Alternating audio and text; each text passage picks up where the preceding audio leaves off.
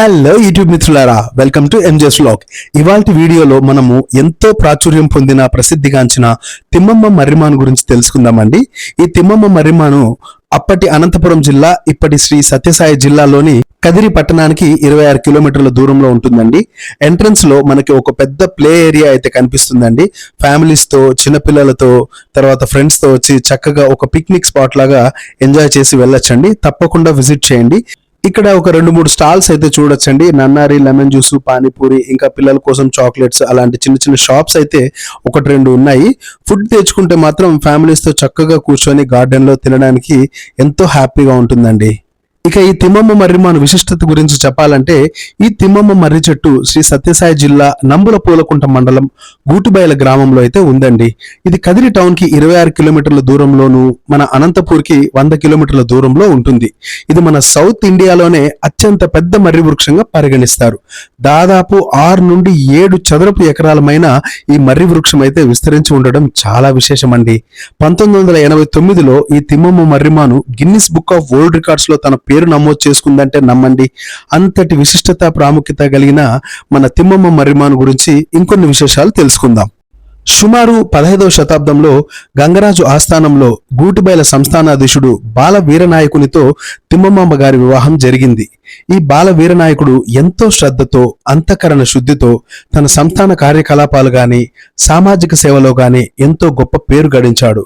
విధి వక్రించి బాల వీరనాయకుడు కుష్ఠవ్యాధి బారిన పడడంతో గంగరాజు బాల వీరనాయకుడిని రాజ్యం నుండి వెలివేస్తాడు.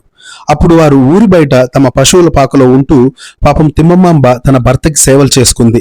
తిమ్మమాంబ తన పాతివ్రత్య శక్తితో గంగరాజును శపించడంతో వారు కోటను వదిలి వెళ్లే పరిస్థితి అయితే ఏర్పడుతుంది. అంతటి మహాసాధ్వి మన తిమ్మమాంబ. కాలక్రమేణా వ్యాధి ముదరడంతో బాలవీరనాయకుడు మరణిస్తాడు. భర్త మరణంతో తీవ్ర మనస్తాపానికి చెందిన తిమ్మమాంబ భర్త చిత్తులోనే తను కూడా సతీ సహగమనం చేస్తుంది. అందుకుగాను తిమ్మమాంబ 4 ఎండిన మర్రి గుంజలను చితికి 4 వైపులా నాటి సతీ సహగమనం చేయడానికి నిర్ధారించుకుంటుంది. ఇలా చేసి భర్తతో పాటు తను కూడా ప్రాణత్యాగం చేసింది. ఈమె పాతివ్రత్య శక్తికి చిహ్నంగా ఈశాన్య దిక్కున నాటిన మర్రిగుంజ చిగురించడంతో నేటి తిమ్మమ్మ మర్రిమానుగా ఖ్యాతి గడించింది ఈ మహావృక్షం. ఇప్పుడు ఈ మర్రిమానుకు 660 ఏళ్లు. ఈ మహాసాధ్వి గుర్తుగా మర్రిమాను కింద ఓ గుడి కూడా వెలిసింది. ఏపీ అటవీ శాఖ ఇక్కడ ఒక ట్రస్టును ఏర్పరిచి వన్యప్రాణి సంరక్షణ, శివాఘాట్, కైవారం ట్రస్ట్ సహాయంతో ఇంకా అభివృద్ధి పనులైతే జరుగుతున్నాయి. టీటీడీ వారు ఆలయ నిర్మాణం కూడా చేపట్టారు. తిమ్మమ్మ గారు 1394లో శెట్టిబలిజ కమ్యూనిటీలో మంగమ్మ వెంకటప్పలకు జన్మించి 1430లో సతీ సహగమనం చేశారు. ఇదైతే తిమ్మమ్మ మర్రిమాను లోపలి ప్రాంతం అండి. ఇక్కడ ఒక గుడి వెలిసిందని చెప్పాను కదా, చూడండి ఎంత చక్కగా ఏర్పాటు చేశారో. ఇక్కడ బస పైన ఒక మంచి షెడ్ వేసి లోపల టెంపుల్ అయితే నిర్మించారండి. ఇక్కడ ఒక ట్రస్ట్, వచ్చిన వారికి బస, విడిది లాంటివి కూడా ఉంటాయన్నమాట. ఈ టెంపుల్ వెలుపల నవగ్రహాలు ఉన్నాయి. మనుషులు కూర్చోడానికి బెంచెస్ కూడా ఏర్పాటు చేశారండి. టెంపుల్ లోపల మూల విరాట్టును చూపించకూడదు కాబట్టి టెంపుల్ చుట్టుబయట ఇదంతా కూడా నేను వీడియో తీయగలిగానండి. చూస్తున్నారు కదా ప్రకృతి ఒడిలో ఎంత అత్యద్భుతంగా ఉందో ఈ ప్రదేశము. ఏపీ టూరిజం వారు చాలా బాధ్యతగా తీసుకొని దీన్ని అయితే అభివృద్ధి చేశారండి.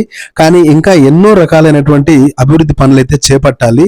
ఎందుకంటే ప్లాస్టిక్ వాడకం ఇక్కడ ఎక్కువగా చేస్తున్నారు. దానిని దయచేసి ఖండించండి. అండ్ ఈ మర్రిమాను మొదలెక్కడో అంతమెక్కడో ఎవ్వరికి ఇప్పటికీ అంతు పట్టలేదండి.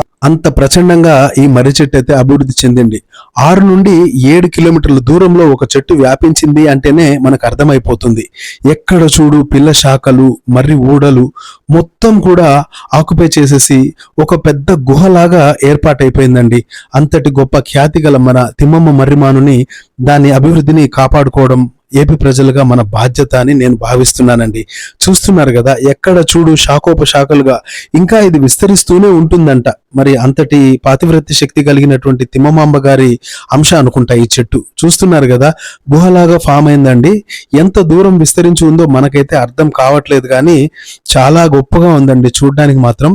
ఈ వీడియోని పూర్తిగా చూస్తున్న వారు నిజంగా అనంతపూర్కి, కదిరికి వెళ్ళకపోయినా ఈ వీడియోని చూస్తే తిమ్మమ్మ మర్రిమానుని పూర్తిగా చూసినంత ఖ్యాతి, అంత గొప్ప అవకాశం అయితే లభించిందే అనుకోండి చెప్తాను. ఇక్కడ చూస్తున్నారా అసలు కొమ్మలు ఎంత గొప్పగా అభివృద్ధి చెందిందో, చాలా వెడల్పుగా దట్టంగా అసలు గుబురుగా ఒక చిన్న సైజ్ అడవిలాగా ఫామ్ అయిందనే చెప్పొచ్చండి. ఎక్కడ చూడు ఒకే వృక్షము దాని పిల్లవేర్ల సహాయంతో నేలను ఊనుకొని పైకి ఎగదన్ని శాఖోపశాఖలుగా అయితే అభివృద్ధి చెందింది చూడండి. ఇక్కడ చాలా రకాల స్లోగన్స్ కూడా రాశారండి. వృక్షో రక్షిత రక్షిత అని, ప్రకృతిని సంరక్షిద్దామని, ఇంకా ఎన్నెన్నో. కానీ వీరైతే ఇక్కడ ప్లాస్టిక్ ని యథేచ్ఛగా వాడేస్తున్నారు. ఆ ప్లాస్టిక్ భూమిలో కరగకుండా ముఖ్యంగా మొక్కలకి హాని కలిగించి అభివృద్ధిని ఆపివేస్తుంది. కాబట్టి దయచేసి గవర్నమెంట్ వారు ఇక్కడ కాస్త చర్యలు తీసుకోవాల్సిందిగా నేను ఏపీ గవర్నమెంట్ ని ప్రార్థిస్తున్నానండి. ఈ గొప్ప ప్రకృతి సిద్ధమైనటువంటి గిఫ్ట్ ని మనమైతే పోగొట్టుకోకూడదు కదా. చూడండి ఎంత గొప్పగా అభివృద్ధి చెందిందో అసలు ఈ చెట్టు.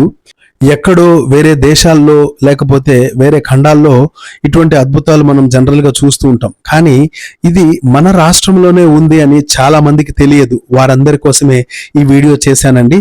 ఈ వీడియో చూస్తే మీరు కదిరికి వచ్చి తిమ్మమ్మ మర్రిమాడును ప్రత్యక్షంగా చూసిన ఎక్స్పీరియన్స్ అయితే కలుగుతుందండి.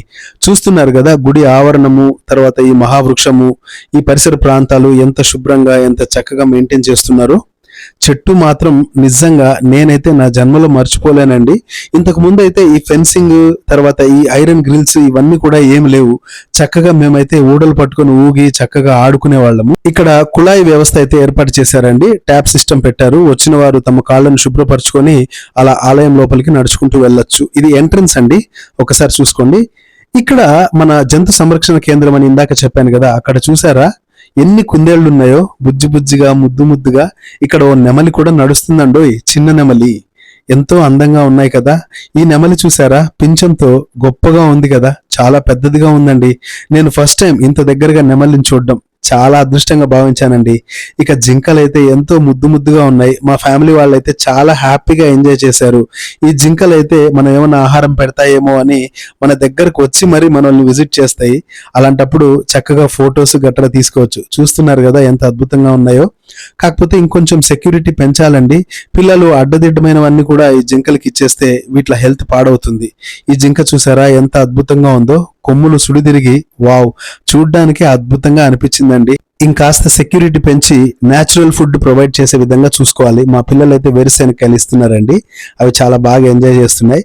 మీరైతే నా ఛానల్ని ఫస్ట్ టైం చూస్తుంటే దయచేసి సబ్స్క్రైబ్ చేసి లైక్ చేసి కామెంట్ చేయండి. నెక్స్ట్ వీడియోలో కలుద్దామండి. Thank you, bye.